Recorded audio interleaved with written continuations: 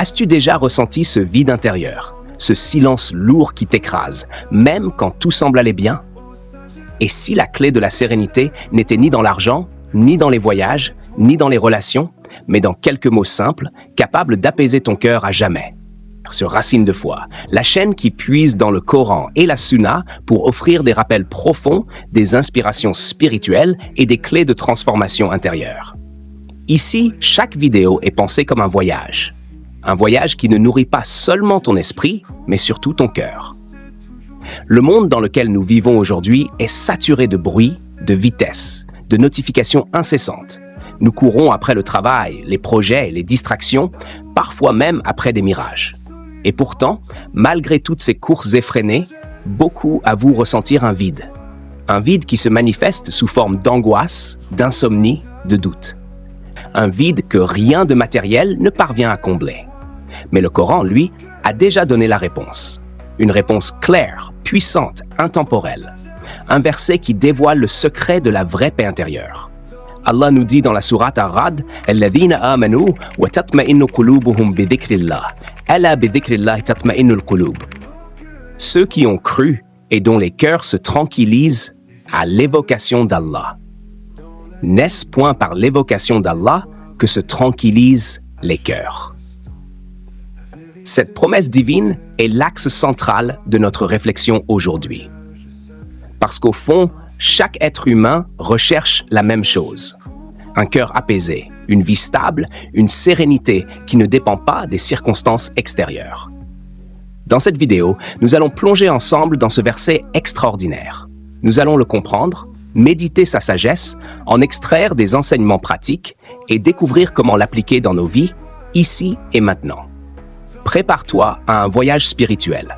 Un voyage qui pourrait transformer ta manière de vivre, de penser et de ressentir. Un voyage qui pourrait, par la permission d'Allah, t'offrir ce que le monde entier promet sans jamais pouvoir offrir, la paix véritable. Chapitre 1. Le secret divin de la tranquillité du cœur. Le verset que nous allons explorer ensemble est l'un des plus profonds et des plus puissants du Coran. Il est court, simple en apparence, mais il contient un océan de sagesse, une vérité qui traverse les siècles et les civilisations. Allah dit الذين آمنوا وتطمئن قلوبهم بذكر الله ألا بذكر الله تطمئن القلوب. Ceux qui ont cru et dont les cœurs se tranquillisent à l'évocation d'Allah. N'est-ce point par l'évocation d'Allah que se tranquillisent les cœurs? Sourate Ar-Ra'd. Ce verset commence par une description, ceux qui ont cru. Allah désigne ici une catégorie bien précise de personnes, les croyants.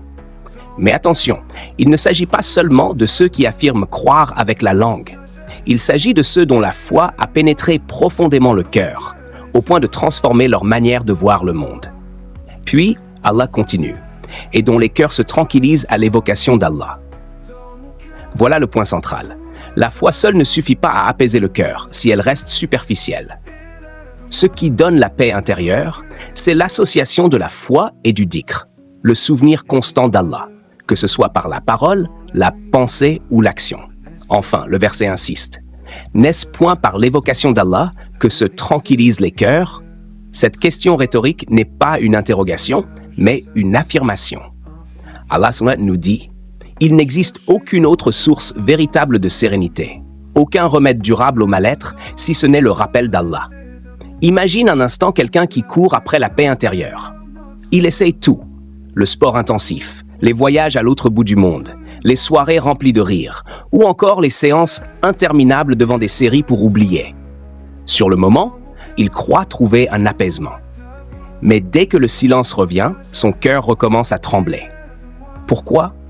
Parce que son cœur n'a pas reçu la nourriture qui lui est destinée. Le prophète sallallahu alayhi wa sallam a comparé le cœur à un récipient. Ce récipient peut être rempli de distractions, de passions, de soucis, mais il ne sera jamais satisfait. La seule chose qui comble véritablement ce récipient, c'est le rappel d'Allah. Prenons un exemple concret. Imagine une personne stressée par ses examens ou son travail. Elle révise des heures, elle dort mal, son cœur bat vite, puis à un moment, elle s'arrête. Elle prend son chapelet ou ses doigts et dit doucement « Subhanallah, Alhamdulillah, Allahu Akbar. Peu à peu, son souffle ralentit, ses épaules se détendent, ses pensées s'éclaircissent. Rien dans la réalité extérieure n'a changé. Mais son cœur, lui, a trouvé une ancre. C'est cela que décrit ce verset. La tranquillité n'est pas forcément l'absence de problème. C'est la capacité à rester paisible même au cœur des tempêtes. Et cette capacité vient d'une seule source, le lien constant avec Allah. Regarde l'histoire des compagnons du prophète. Beaucoup d'entre eux ont traversé des épreuves inimaginables, la pauvreté, l'exil, la persécution, les guerres. Pourtant, malgré ces tempêtes, leur cœur était solide, apaisé. Pourquoi? Parce qu'ils avaient un secret. Leur cœur n'était jamais vide. Même quand tout semblait perdu, ils remplissaient leur cœur par le dhikr, par la prière, par l'évocation du nom d'Allah. Maintenant, pose-toi cette question. Et toi? Qu'est-ce qui remplit ton cœur aujourd'hui? Est-ce les réseaux sociaux? Est-ce la peur de l'avenir? Est-ce l'attachement aux biens matériels? Ou est-ce le souvenir d'Allah? Car ce que tu laisses habiter ton cœur détermine directement l'état de ton âme. Le verset ne dit pas seulement que le dhikr apaise le cœur. Il dit que c'est la seule véritable source d'apaisement. Cela signifie que chaque fois que tu ressens une angoisse, une tristesse, une peur, la solution se trouve déjà entre tes mains. Tourne-toi vers Allah, invoque-le. Souviens-toi de lui. C'est comme une clé universelle.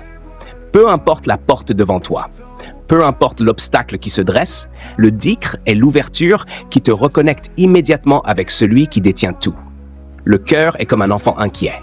Il crie, il s'agite, il panique, mais dès qu'il retrouve la main de son parent, il se calme. Ton cœur est ce petit enfant.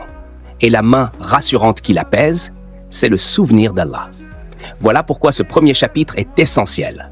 Comprendre que la paix intérieure n'est pas une utopie. Elle est accessible, elle est proche. Mais elle demande un choix clair. Nourrir ton cœur avec ce pourquoi il a été créé. Alors, chaque fois que tu ressens ce vide, chaque fois que l'angoisse monte, rappelle-toi ce verset. Répète-le. Respire avec lui. Et souviens-toi, Ala bi zikrillah tatma'innul qulub. N'est-ce point par l'évocation d'Allah que se tranquillisent les cœurs? Chapitre 2. La sagesse cachée derrière l'apaisement du cœur. La beauté de ce verset réside dans sa simplicité apparente, quelques mots seulement, mais une vérité qui bouleverse toute vision du monde. Allah dit « Alladhina amanu wa tatma'innu qulubuhum bi dhikrillah. Ala bi dhikrillah tatma'innul qulub. » Ceux qui ont cru et dont les cœurs se tranquillisent à l'évocation d'Allah. N'est-ce point par l'évocation d'Allah que se tranquillisent les cœurs? Surat Ar-Ra'd 3. Philosophiquement, ce verset répond à une question existentielle qui habite l'humanité depuis toujours. Qu'est-ce qui rend l'homme heureux? Qu'est-ce qui lui apporte une paix durable? Depuis les civilisations anciennes, les sages, les philosophes, les rois et les savants ont tenté d'y répondre. Certains ont dit « le bonheur est dans la richesse ». D'autres ont affirmé « il est dans le pouvoir ». D'autres encore ont prôné la recherche des plaisirs immédiats. Mais tous, sans exception, ont constaté un paradoxe. Même quand l'homme obtient ce qu'il voulait, son cœur reste agité. Regarde notre époque. Jamais l'humanité n'a eu autant de confort matériel. Les maisons sont chauffées, la nourriture est abondante, les soins sont accessibles. Pourtant, jamais l'humanité n'a été autant touchée par l'anxiété, la dépression, le burn-out. Pourquoi? Parce que ce n'est pas le corps qui souffre, mais le cœur. Et un cœur privé de son remède naturel finira toujours par crier sa douleur. C'est là que ce verset intervient comme une lumière éclatante. Il nous rappelle que l'homme n'est pas seulement un corps. Il n'est pas seulement un cerveau rationnel. Il est un être spirituel. Et son cœur n'est pas programmé pour se rassasier avec des choses éphémères. Son carburant, c'est Allah. Imagine un véhicule conçu pour fonctionner à l'électricité. Tu peux lui donner de l'essence, du gaz, de l'eau, il ne bougera pas. Pourquoi? Parce que son énergie est spécifique. Le cœur humain est pareil. Tu peux lui donner des distractions, des passions, des réussites, il ne bougera pas vers la paix. Parce que son énergie, c'est le dhikr. Ce verset nous offre donc une clé de lecture radicalement différente de la vie. Il nous dit, la paix intérieure ne dépend pas de ce que tu as, mais de ce dont tu te souviens. Et cela change tout, parce que le dhikr est accessible à tous. le riche comme le pauvre, le fort comme le faible, le roi comme le prisonnier. Il n'y a aucune barrière sociale ou matérielle. Il suffit de tourner son cœur vers Allah. Et c'est là une immense miséricorde divine. Allah aurait pu faire dépendre la sérénité du cœur de conditions extérieures, posséder une maison, avoir une santé parfaite, vivre en sécurité. Mais non, il a placé la clé de la tranquillité dans quelque chose d'intime, d'universel et de gratuit, son souvenir. Philosophiquement, cela veut dire que l'homme garde toujours le contrôle de son apaisement intérieur. Même si le monde autour de toi s'écroule, même si tu perds tout, il y a un espace en toi qui reste inviolable, ton lien avec Allah. C'est pour cela que certains sages musulmans disaient « Mon paradis est dans mon cœur ». On pouvait les exiler, les emprisonner, les dépouiller, mais on ne pouvait pas leur voler leur paix intérieure, car elle était enracinée dans le dhikr. Prenons un autre angle. La psychologie moderne explique que l'homme cherche sans cesse à remplir 3 besoins. Le besoin de sécurité, le besoin de reconnaissance et le besoin de sens. Or, que dit ce verset? Le dhikr comble exactement ces 3 dimensions. Quand tu te rappelles Allah, tu te sens en sécurité, car tu sais qu'il contrôle tout. Tu te sens reconnu, car tu sais qu'il t'entend, qu'il connaît ton cœur. Et tu trouves un sens, car tu réalises que ta vie n'est pas une suite de hasards, mais un voyage vers lui. Voilà pourquoi, philosophiquement, ce verset dépasse même le cadre religieux. Il touche à la nature profonde de l'homme. Et c'est pour cela qu'il parle autant à ceux qui cherchent désespérément un sens à leur existence. Mais attention, ce verset n'est pas seulement une promesse, c'est aussi un rappel subtil. Il nous dit, si tu te sens agité, si ton cœur est lourd, si ton âme est troublée, c'est que tu as négligé le dhikr. C'est comme une alarme intérieure. Chaque anxiété, chaque tristesse devient un signal, une invitation à revenir à Allah. Cela veut dire que nos émotions ne sont pas des ennemis, elles sont des guides. Elles nous rappellent que notre cœur a besoin de retrouver son centre. Et ce centre, c'est Allah. C'est pourquoi certains savants expliquaient ce verset ainsi.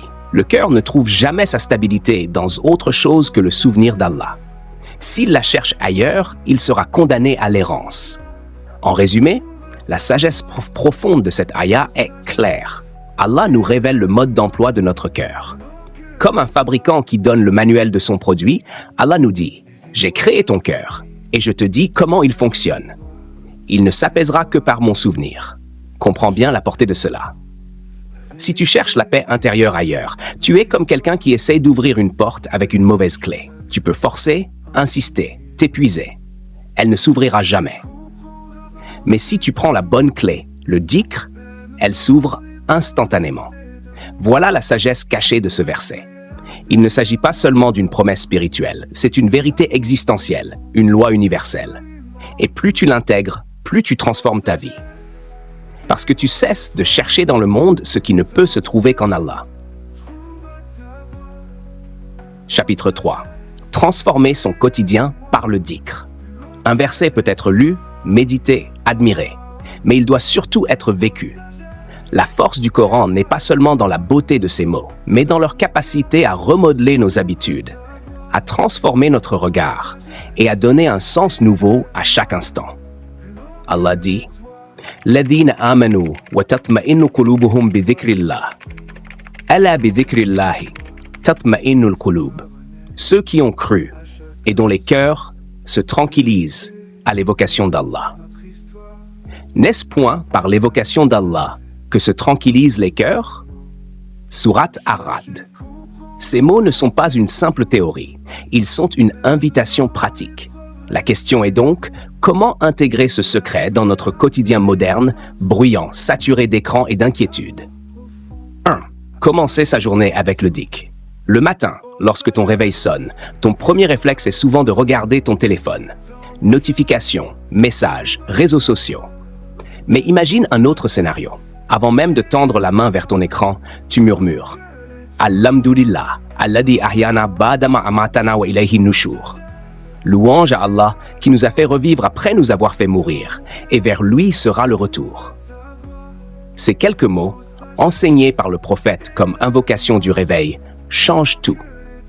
Ils te rappellent que chaque matin est un don, que ta respiration n'est pas garantie, et que ta vie est un voyage vers Allah.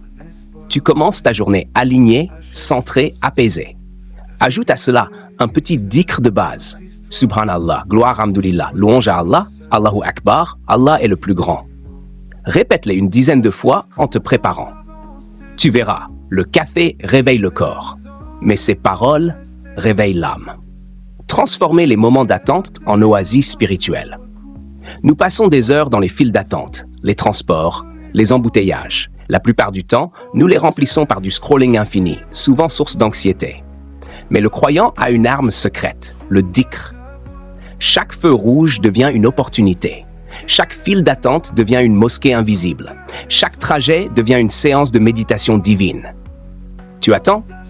Dis demande pardon à Allah. Tu marches? Dis la hawla wa la quwwata illa billah. Il n'y a de force ni de puissance qu'en Allah. Petit à petit, tu verras ton humeur changer. Le stress diminue, la patience augmente. Le quotidien devient une école de sérénité. 3. Faire du Coran une source quotidienne d'énergie. Beaucoup considèrent la lecture du Coran comme une activité réservée au Ramadan ou aux grands moments. Mais le verset nous rappelle que le dhikr est un besoin quotidien. Lis quelques ayats chaque jour, même si ce n'est qu'une page. Le prophète sallallahu alayhi wa sallam a dit « Le meilleur des actes est celui qui est constant, même s'il est petit. » Imagine, tu lis 5 minutes par jour. C'est peu. Mais sur un an, cela représente des heures de contact direct avec la parole d'Allah. Et chaque lecture nourrit ton cœur d'une lumière subtile, invisible mais réelle. 4. Relier ses émotions au dhikr. Quand tu es en colère, rappelle-toi « A'udhu billahi mina shaitani rajim » Je cherche refuge auprès d'Allah contre le diable, le maudit. Quand tu es triste, répète « Inna lillahi inna ilaihi raji'un » Nous appartenons à Allah et c'est à lui que nous retournons. Quand tu es heureux, dis alhamdulillah. Ainsi, ton cœur apprend à se connecter à Allah à travers toutes les émotions. La colère devient maîtrise. La tristesse devient patience. La joie devient gratitude. 5. Installer des rituels invisibles. Certains compagnons du prophète sallallahu alayhi wa sallam avaient l'habitude de compter leurs dhikr sur des cailloux ou des noyaux de dattes. Aujourd'hui, tu as tes doigts, ton souffle ou même une application discrète. Fixe-toi de petits rituels. Après chaque prière obligatoire, dis 33 fois Subhanallah, 33 fois Alhamdulillah, 34 fois Allahu Akbar. Avant de dormir, lis Ayat al-Kursi. Et les 2 dernières sourates. Ces rituels sont comme des verrous de protection. Ils entourent ta journée d'un halo de sérénité. Hack 6. Transformer le travail et les études. Même dans ton activité professionnelle ou scolaire, le dhikr peut s'intégrer. Avant d'entrer en réunion, dis Bismillah. Avant de commencer un examen, dis Rabbi Yassir wa la tuassir. Rabbi Tamim bil Khair.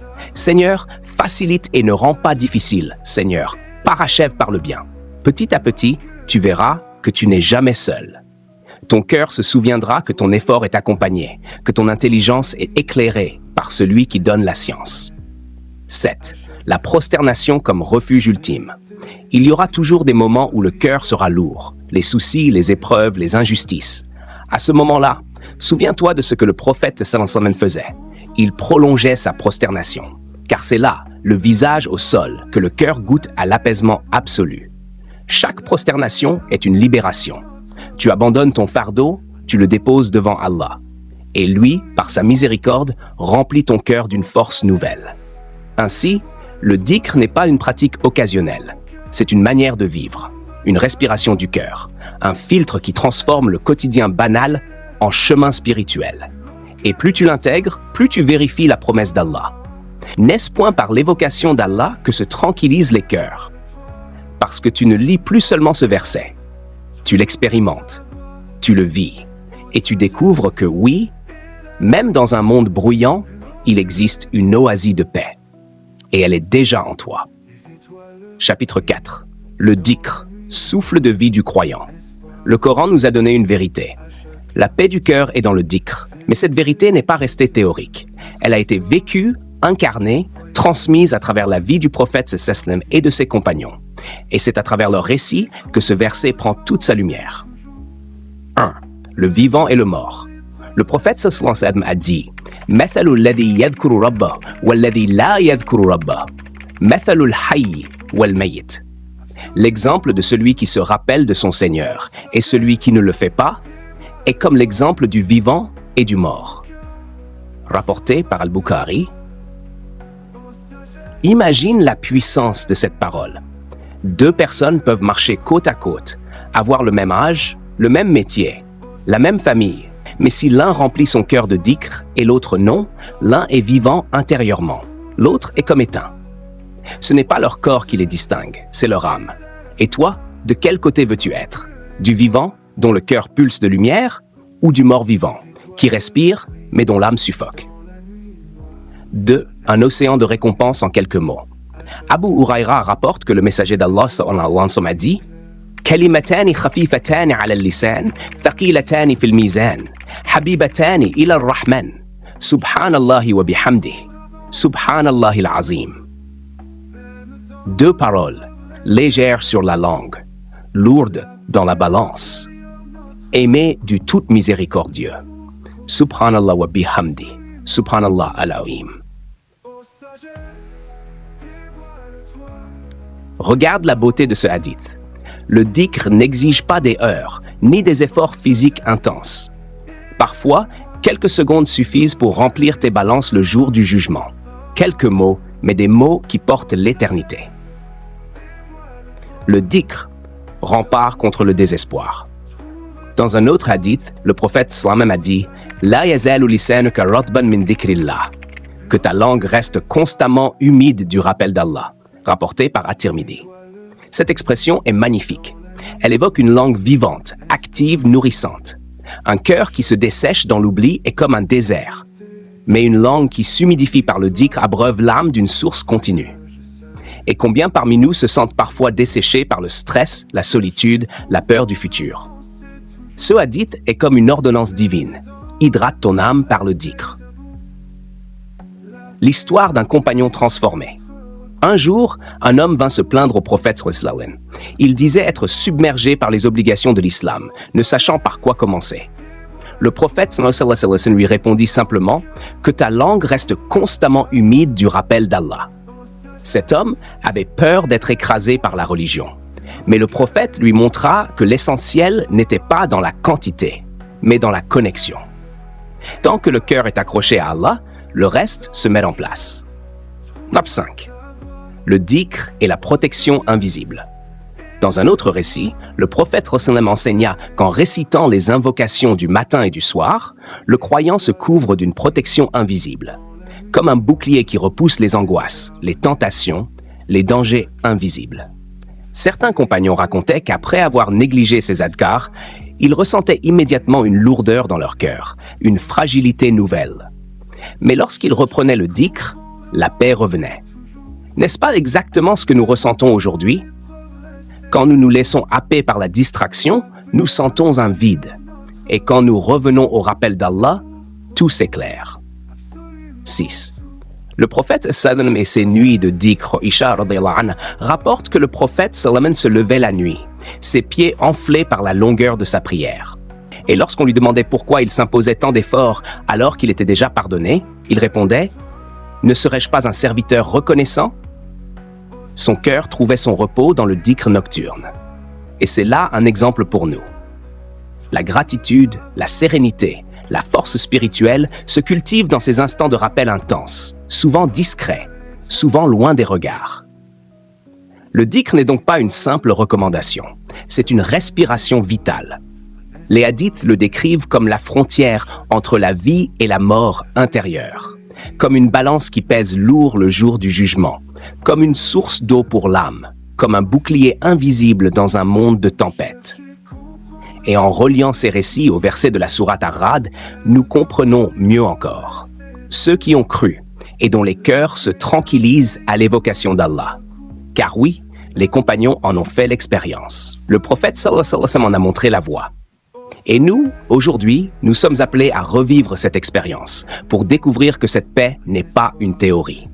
Elle est un héritage vivant, à portée de nos langues, à portée de nos cœurs. Chapitre 5. La quête universelle de la paix intérieure. Depuis toujours, l'humanité cherche une chose, la paix du cœur. Peu importe la culture, la langue, l'époque. Qu'on soit dans un gratte-ciel de New York, dans un village reculé d'Afrique ou dans un désert au Moyen-Orient, chaque être humain porte en lui ce même désir. Apaiser ce tumulte intérieur, trouver enfin le repos. Et pourtant, malgré les progrès de la science, malgré l'abondance matérielle, malgré les divertissements sans fin, ce repos reste insaisissable. Les chiffres explosent. Anxiété, dépression, isolement, addiction. L'homme moderne a multiplié les moyens de s'occuper, mais il n'a pas trouvé comment se remplir. C'est là que la parole d'Allah résonne comme une lumière au milieu des ténèbres. الذين آمنوا وتطمئن قلوبهم بذكر الله ألا بذكر الله تطمئن القلوب. Ceux qui ont cru et dont les cœurs se tranquillisent à l'évocation d'Allah. N'est-ce point par l'évocation d'Allah que se tranquillisent les cœurs? Le cœur, un organe spirituel. Philosophiquement, ce verset nous rappelle une vérité fondamentale. Le cœur humain n'est pas seulement une pompe biologique, c'est un organe spirituel. Son carburant n'est pas le sang, mais le souvenir d'Allah. Quand il en est privé, il s'épuise. Quand il en est nourri, il rayonne. Regarde autour de toi. Certains ont tout, richesse, succès, reconnaissance. Mais la nuit, ils se sentent seuls, vides, incapables de goûter à la sérénité. D'autres n'ont presque rien. Peu de biens, des épreuves dures. Et pourtant, quand ils se rappellent d'Allah, leur visage s'illumine d'une paix que l'argent ne peut acheter. C'est la preuve que la paix ne se trouve pas à l'extérieur, mais à l'intérieur. 2. L'illusion du contrôle. L'homme moderne pense pouvoir contrôler sa vie, ses finances, sa santé, son avenir. Mais chaque crise, chaque maladie, chaque perte nous rappelle à quel point nous sommes fragiles. Nous courons derrière une sécurité illusoire, alors que la véritable sécurité est intérieure, celle d'un cœur ancré dans le dhikr. C'est ce que ce verset dévoile. La vraie force, ce n'est pas d'avoir tout prévu, c'est d'avoir un cœur qui reste calme même quand tout s'écroule. 3. Le silence qui guérit. Il y a dans le dhikr une dimension presque mystique. Répéter Subhanallah, Alhamdulillah, Allahu Akbar. C'est comme poser des pansements invisibles sur les blessures de l'âme.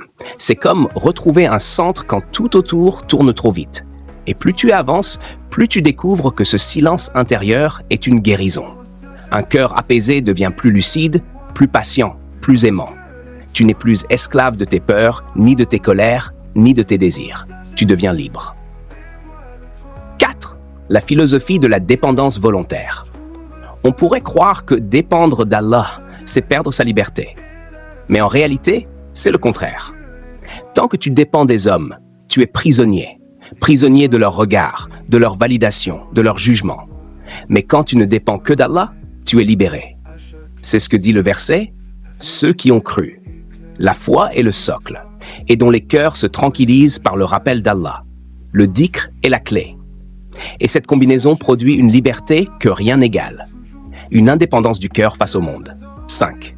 L'apogée spirituelle, l'âme rassasiée. Les maîtres spirituels de l'islam ont souvent décrit 3 états de l'âme. An-nafs amara, l'âme qui pousse vers le mal, agitée et désordonnée. An-nafs al-lawama, l'âme qui se blâme en lutte instable. An-nafs al-mutma'inna, l'âme apaisée qui a trouvé sa sérénité en Allah. Ce verset décrit justement ce 3e état. C'est l'apogée spirituelle, une âme qui a soif d'Allah, qui se nourrit de son souvenir, qui vit dans la tranquillité parce qu'elle a compris sa destination. Et cette âme entendra au jour du jugement les paroles les plus douces jamais adressées à une créature. Ya ayyatuha nafsul mutma'inna, urji'i ila rabbiki radiyatan mardiyatan. Fadkhuli fi ibadi wadkhuli jannati. Ô toi, âme apaisée, retourne à ton Seigneur, satisfaite et agréée. Entre donc parmi mes serviteurs et entre dans mon paradis. Surat Al-Fajr 91-30. Quelle plus belle promesse que celle-là? La paix du cœur ici-bas et la paix éternelle dans l'au-delà. Ce chapitre est le sommet du voyage. Il nous montre que le verset de la sourate Ar-Ra'd n'est pas seulement une phrase inspirante, mais une clé existentielle. Une réponse au malaise de l'homme moderne, une philosophie de libération, une voie vers la sérénité ultime. Un cœur en dhikr, c'est un cœur vivant. Un cœur en dhikr, c'est un cœur libre. Un cœur en dhikr, c'est un cœur promis au paradis. Résumé final. Le secret de la sérénité selon le Coran. Nous avons traversé ensemble un voyage spirituel guidé par ce verset lumineux. الذين آمنوا وتطمئن قلوبهم بذكر الله ألا بذكر الله تطمئن القلوب. Ceux qui ont cru et dont les cœurs se tranquillisent à l'évocation d'Allah. N'est-ce point à l'évocation d'Allah que se tranquillisent les cœurs? Voici les enseignements clés que nous devons retenir. 1. La vérité du cœur. La paix véritable ne réside pas dans ce que nous possédons, ni dans les illusions du monde moderne. Elle ne se trouve que dans le dhikr, le rappel constant d'Allah. 2. La sagesse profonde. L'homme est un être spirituel avant tout. Ses biens et ses succès nourrissent son corps et son ego, mais seul le souvenir d'Allah nourrit son âme. 3. Les enseignements pratiques. Chaque instant de notre vie peut devenir un dhikr, au réveil, dans les transports, au travail. 3 mots simples, Subhanallah, Alhamdulillah, Allahu Akbar, peuvent changer la couleur de nos journées. 4. La voix du prophète, sallallahu alayhi wa sallam. Ces paroles nous ont rappelé que le cœur sans dhikr est comme un mort, et que le croyant vivant est celui qui garde toujours le souvenir d'Allah sur sa langue et dans son cœur. 5. La philosophie ultime. La liberté ne vient pas de l'indépendance totale, mais de la dépendance exclusive à Allah. Celui qui vit par le dhikr se libère des peurs, des jugements et du vide existentiel. En somme, ce verset est une boussole universelle. Il nous dit que la sérénité n'est pas à chercher dehors, mais à cultiver dedans. Que la paix n'est pas dans le bruit, mais dans le silence habité par le nom d'Allah. Que l'âme n'est comblée que lorsqu'elle retourne à sa source. C'est un rappel simple mais décisif. Si tu veux un cœur paisible, ne cours pas après 1000 solutions. Reviens au dhikr. Reviens au Coran. Reviens à Allah. Conclusion.